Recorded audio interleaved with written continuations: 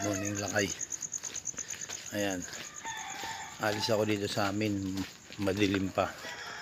Papasok ako sa trabaho.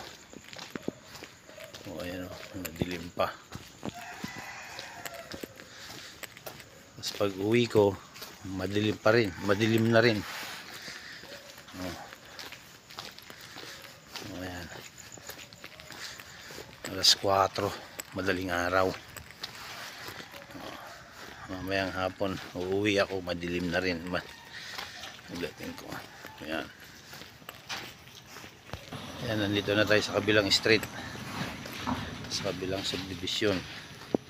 Dito maliwanag dito kasi gagawin ng main road dito. Kaya tignan mo, hindi ka matatakot maglakad-lakad na dito, maliwanag oh. Alam mo hindi alas 4 ng madaling araw, pero alas 4 madaling araw pa yan. Makikita mo sunod-sunod yung street light oh. Ayun oh, liwanag, sunod-sunod yan. Sunod-sunod yung street light dito, kaya maliwanag.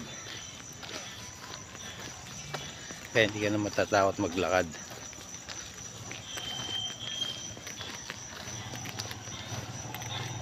Panukli muna tayo. Alas 4 madaling ata. Babayad na tayo. Pag galing ako sa bahay, madilim pa. Pagdating dito sa City Hall, maliwanag na. Mamaya, pag uwi ko, maliwanag pa dito. Pagdating ko sa bahay, madilim na ulit. Kaya inaabutan lang ako ng liwanag sa bahay pag Sabado, Linggo. Pero pag may pasok, madilim pa, umaalis ako doon. Pagdating ko naman sa gabi, madilim pa rin. Yan ang buhay ng mananakay. Ayan, lakay, nandito ako ngayon sa City Hall. Tingnan mo, maliwanag na oh. Maliwanag na ang City Hall. Ayan, pag dumarating ako rito, maliwanag na. Alis ako doon nung madilim pa, madaling araw. Pagdating ko rito, maliwanag na. Dito naman, aalis naman ako rito, maliwanag. Pagdating ko naman sa bahay, madilim pa rin. Yan. Ay, sabi ko sa AJ, darating ako, madilim. Madilim na.